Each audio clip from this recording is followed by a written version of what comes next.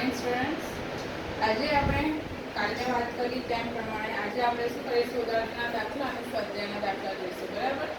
ત્યાં પહેલા આપણે આગલા લેક્ચરમાં શું ભણ્યા એનું કોઈ રિવિઝન કરી લઈએ. શું ભણેલું આપણે આગલા લેક્ચરમાં? વેન આકૃતિ. વેન આકૃતિ કેવી રીતે બનાવવાની હતી કે જે યુ છે એમાં જેટલા પણ સભ્યો છે એને શેમાં મૂકવાના? રેક્ટેંગલ બોક્સમાં. અને એના ઉપગણ એટલે એ બી સી એ બધાને ઘટકોને શેમાં મૂકવાના હતા? સર્કલ. બરાબર? ક્લિયર? પછી આપણે ભણેલા એની ગણ ક્રિયાઓ વિશે. કઈ કઈ ગણ ક્રિયાઓ હતી? યોગગણ, છેદગણ અને તફાવત ગણ. કેટલી ગણ ક્રિયા હતી? યોગગણ, છેદગણ અને તફાવત ગણ. હવે યોગગણ એટલે શું હતું? યોગગણ એટલે એ અને બી સેટ હતા, એના તમામે તમામ સભ્યો એની અંદર આવી જાય, એને શું કહેવાય? યોગગણ. છેદગણ એટલે એ અને બી હતા, એમાંથી જે સામાન્ય હોય ને એ જ એના છેદગણમાં આવે. બરાબર? અને તફાવત ગણ એટલે શું કે એ ઓછા બી. એ ઓછા બી નો મતલબ શું કે એની અંદર જેટલા પણ બીના ઘટકો છે એ કાઢીને આપણે લખી કાઢવાનું, એને શું કહેવાય? એ ઓછા બી. તો હવે આ બધા જે ગણ ક્રિયાઓ દેખી એના પરથી થોડાક ઉદાહરણ આપણે જે ચોપડીમાં આપ્યા છે એ જોઈએ કે કેવી રીતે આપણે કરવાનું છે. હવે જો ઉદાહરણ નંબર કયું છે? ઉદાહરણ નંબર 12. ઉદાહરણ નંબર 12 શું કહે છે? તમે ચોપડી લઈને બેસજો. બરાબર? ઉદાહરણ નંબર 12 શું કહે છે? a બરાબર 2 4 6 8. એ શું આપ્યો છે? 2 4 6 8. અને b બરાબર 6 8 10 અને 12. તો આપણે શું શોધવાનું છે? a યોગ b. શું શોધવાનું છે? a યોગ b. યોગ એટલે એના અને બીના તમામે તમામ ઘટકો શેની અંદર આવે? યોગગણની અંદર.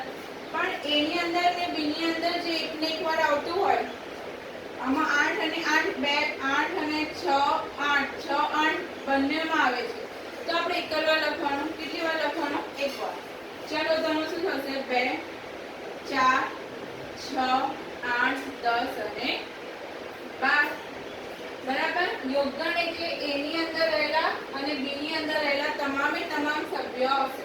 પણ આપણે 6 8 એકવાર કેમ લખ્યું? કારણ કે 6 અને 8 એમાં પણ છે અને 6 અને 8 બીમાં પણ છે. એટલે આપણે એક જ વાર એને લખવાનું, કારણ કે ગણની અંદર પુનરાવર્તન શક્ય નથી. ક્લિયર? ઉદાહરણ નંબર 12 માં શું શોધવાનું હતું? a યોગ b. હવે જો ઉદાહરણ નંબર 13. કયું ઉદાહરણ? ઉદાહરણ નંબર 13. હવે ઉદાહરણ નંબર 13 શું કહે છે? a બરાબર a e i o u. શું કીધું છે? a બરાબર a e i o u. અને b બરાબર a i u. તો બતાવો કે a યુનિયન b બરાબર a. સાબિત શું કરવાનું છે? શું સાબિત કરવાનું છે? a યુનિયન b બરાબર a. આ સાબિત કરવાનું છે. તો આપણે લઈ લઈએ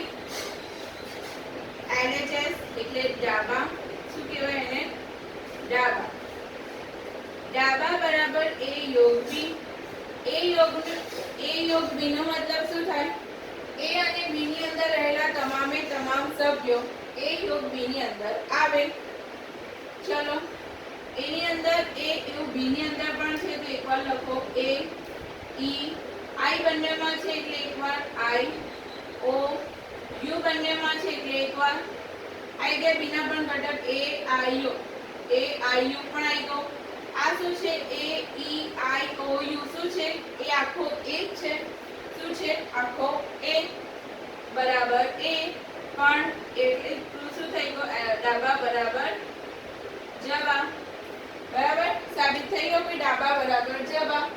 a યોગ b બરાબર a. ક્લિયર? ઉદાહરણ નંબર 12 અને ઉદાહરણ નંબર 13 ક્લિયર થઈ ગયો. હવે જો ઉદાહરણ નંબર 14.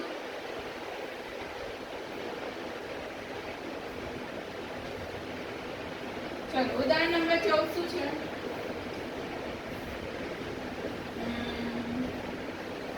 શાળાની હોકી ટીમમાં રમતા ચલો વાંચો શાળાની હોકી ટીમમાં રમતા ધોરણ 11 વિદ્યાર્થીનો ગણ x બરાબર રામ ગીતા અને અકબર છે શું છે અકબર છે શાળાની ફૂટબોલની ટીમમાં રમતા ધોરણ 11 ના વિદ્યાર્થીઓનો ગણ આ કઈ ટીમની છે હોકીની ટીમ કઈ ટીમ છે હોકીની ટીમ અને આ કઈ ટીમ છે ફૂટબોલની ટીમ કઈ ટીમ છે ફૂટબોલની ટીમ કઈ કઈ છે ગીતા ડેવિડ અશોક શું નામ છે ગીતા ડેવિડ અશોક બરાબર તો શું કરવાનું છે x યોગ y શોધવાનું છે શું શોધવાનું છે x યોગ y શોધો અને તેનું અર્થઘટન કરો ચલો x યોગ y એટલે રામ ગીતા અકબર ગીતા ડેવિડ અશોક બધા આવી જશે અંદર અને તેનું અર્થઘટન કરવાનું છે એનો મતલબ કે ચલો પહેલા x યોગ y શોધીએ રામ ગીતા અકબર હવે y ના ઘટકો લખો પણ એમાં ગીતા બે વાર છે તો આપણે એકવાર લખવાનું ડેવિડ અને અશોક આ ગણનો મતલબ શું થયો કે ધોરણ 11 માં ભણતા વિદ્યાર્થીઓ ધોરણ 11 માં જે વિદ્યાર્થીઓ હોકી અથવા ફૂટબોલમાં શું ફરીથી સાંભળો ધોરણ 11 માં જે વિદ્યાર્થીઓ હોકી ટીમમાં અથવા ફૂટબોલ ટીમમાં અથવા બંનેમાં છે તેનો ગણ શું થયું આનું અર્થઘટન શું થયું ધોરણ 11 ના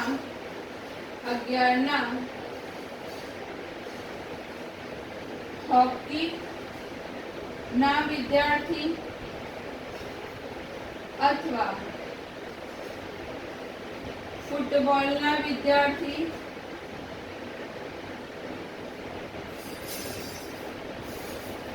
અથવા બંનેમાં આવતા વિદ્યાર્થીનો ગણ બરાબર આનો મતલબ કે હોકીના વિદ્યાર્થીઓનો પણ ગણ છે અને ફૂટબોલના વિદ્યાર્થીઓનો પણ ગણ છે અને બંને હોકી અને ફૂટબોલમાં બંનેમાં રમતા વિદ્યાર્થીઓનો ગણ છે અહીંયા જોઈ શકો છો કે ગીતા એ હોકીમાં પણ રમે છે અને ફૂટબોલમાં પણ રમે છે તો એનું અર્થઘટન શું થાય કે ધોરણ 11 ના હોકીના વિદ્યાર્થી અથવા ફૂટબોલના વિદ્યાર્થી અથવા બંનેમાં રમતા વિદ્યાર્થીઓનો ગણ બરાબર ક્લિયર હવે જુઓ ઉદાહરણ નંબર 15 શું જુઓ ઉદાહરણ નંબર 15 શું કીધું છે ઉદાહરણ નંબર 15 પર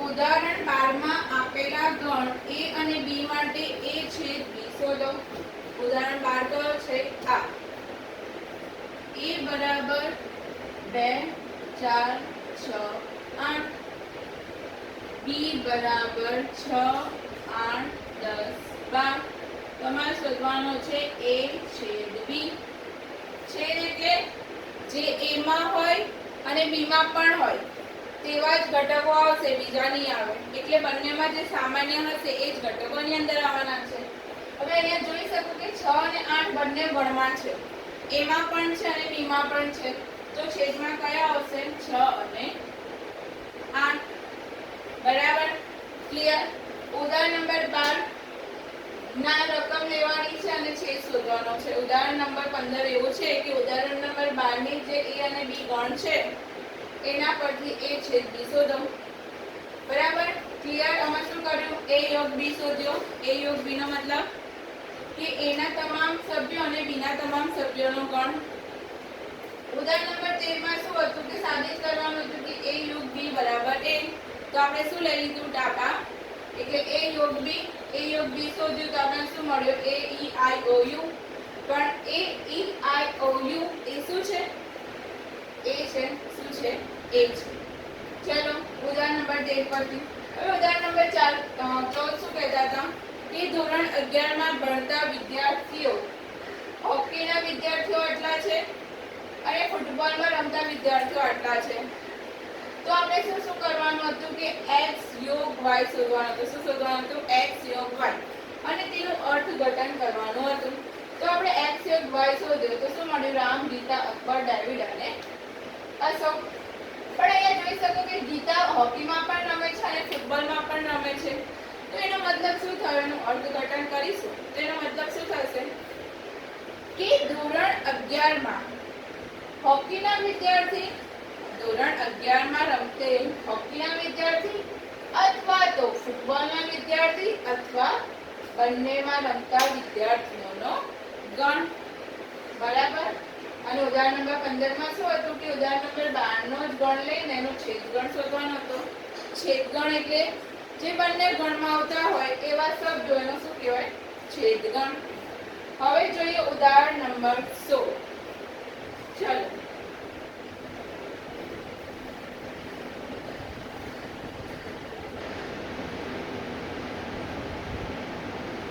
ચલો ઉદાહરણ નંબર 16 શું કહે છે કે ઉદાહરણ 14 ના ગણો x અને y માટે x છેદ y શોધો. શું શોધવાનું છે? x છેદ y. ઉદાહરણ નંબર 14 એટલે હોકી અને ફૂટબોલ વાળી ટીમ. તો એમાં x શું હતો? જોઈ લઈએ x શું હતો. ચલો રામ, ગીતા અને અકબર હતા.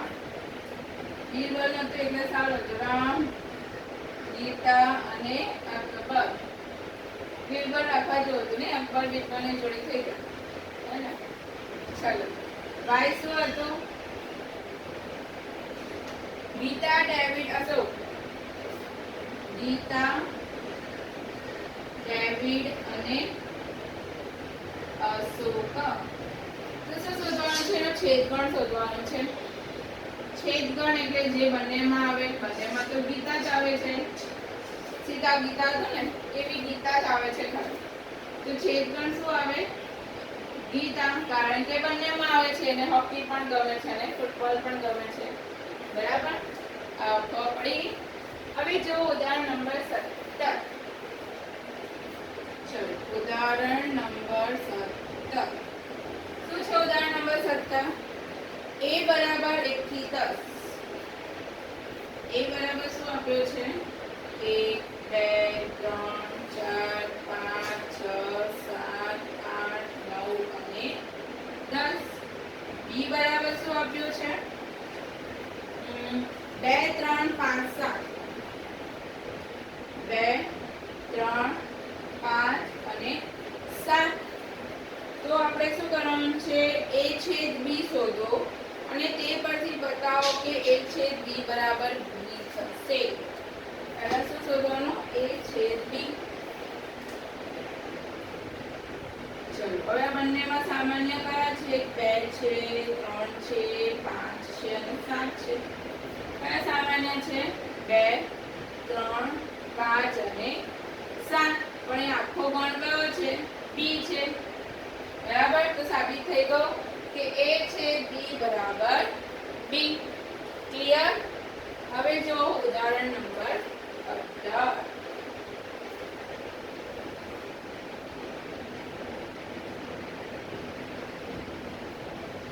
ચલો ઉદાહરણ નંબર 18 જો શું છે? a બરાબર 1 થી 6. a બરાબર 1 2 3 4 5 અને 6. b બરાબર 2 4 6 8. 2 4 6 8. લો a ઓછા b અને b ઓછા a શોધો. તફાવત ગણાયો. કયો ગણ છે તફાવત ગણ? a ઓછા b, b ઓછા a. a ઓછા b નો મતલબ શું? ગણ એમાંથી b ના જેટલા પણ સભ્યો હશે એ કાઢી નાખો. b ના આમાં કેટલા સભ્યો છે? 2 છે તો 2 ને કાઢી નાખો. 4 છે તો 4 ને કાઢી નાખો. 6 છે તો 6 ને કાઢી નાખો. તો કેટલા સભ્યો બચ્યા? 1 3 અને 5. કેટલા બચ્યા? 1 3 અને 5. અને b ઓછા એનો મતલબ શું કે b માં એના જેટલા સભ્યો એ બધા કાઢી નાખો. b માં એના જેટલા પણ સભ્યો હશે એ કાઢી નાખો. હવે જોઈએ b માં એના કેટલા સભ્યો છે? 2 છે, 4 છે અને 6 છે. બરાબર? 2 છે, 4 છે અને 6 છે. તો આ કાઢી નાખો તો કયો ગણ બનશે? ખાલી 8. હવે એક જ સભ્ય હોય તો એને શું કહેવાય? એકાકી ગણ. કે આપણે આગળ ભણેલા શું કહેવાય? જે ગણમાં ખાલી એક જ સભ્ય હોય એને શું કહેવાય? એકાકી ગણ. ક્લિયર? a ઓછા b નો મતલબ શું? a માંથી b ના જેટલા પણ ઘટકો હશે એ કાઢી નાખવાના. અને b ઓછા એનો મતલબ શું કે b ની અંદર એના જેટલા ઘટકો હશે એ કાઢી નાખવાના. ઓકે? ક્લિયર? હવે જોઈએ ઉદાહરણ નંબર 19.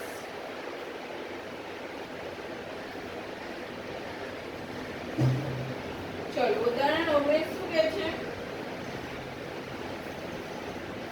કે v બરાબર a e i o અને u અને b બરાબર a i a u.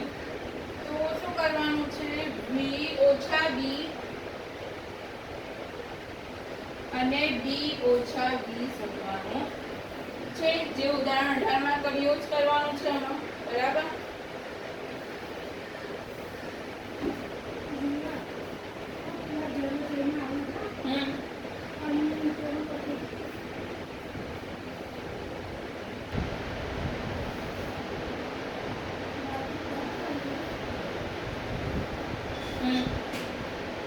ચલો v ઓછા b બરાબર શું થાય? એટલે v માંથી b ના જેટલા પણ સભ્યો છે બધા કાઢી નાખવાના. એટલે a કાઢી નાખવાનો, b માં a છે એટલે a કાઢી નાખો, i કાઢી નાખવાનો, k નથી અને u કાઢી નાખો. તો શું બચ્યું? e અને o. b ઓછા b નો મતલબ શું? b માંથી b ના જેટલા સભ્યો છે કાઢી નાખો. હવે v ના a છે, e છે તો અહીં નથી એટલે કોઈ વાંધો નહીં. i છે, k નથી અને u છે. તો શું રહેશે? ખાલી k. શું રહેશે? ખાલી k. બરાબર? ક્લિયર તફાવત ગણનો મતલબ? ચલો તો અહીંયા આપણે ઉદાહરણ પતે છે. હવે આપણે જોઈએ સ્વાધ્યાય 1.4. એના પહેલા હું તમને એક વાત કહી દઉં કે જે યોગગણ છે, છેદગણ છે અને તફાવત ગણ છે એ પરસ્પર અલગ છે. કેવા છે? પરસ્પર અલગ છે. એને એકબીજા સાથે કોઈ સંબંધ નથી.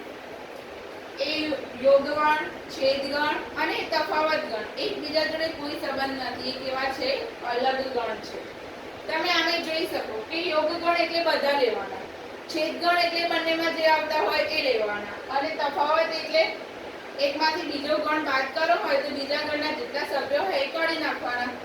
એટલે આ તમે આના પરથી વિચારી શકો કે આ બધા કેવા ગણ હશે? અલગ જ ગણ હશે. કારણ કે એ લોકો જોડે એનો સંબંધ કશો હશે નહીં. એ યોગગણ અને છેદગણની ગુણધર્મ એક હતો. એને શું કહેવાતું હતું? વિભાજનનો નિયમ. એ વિભાજનના નિયમમાં યોગગણ અને છેદગણનો સમાવેશ થતો હતો. પણ એ પરસ્પર અલગ છે. કેવા છે? પરસ્પર અલગ. આ વાત યાદ રાખજો કે યોગગણ, છેદગણ અને તફાવત ગણ એ પરસ્પર અલગ છે, સરખા નથી. હવે આપણે જોઈએ સ્વાધ્યાય. તો સ્વાધ્યાય આપણે 1.4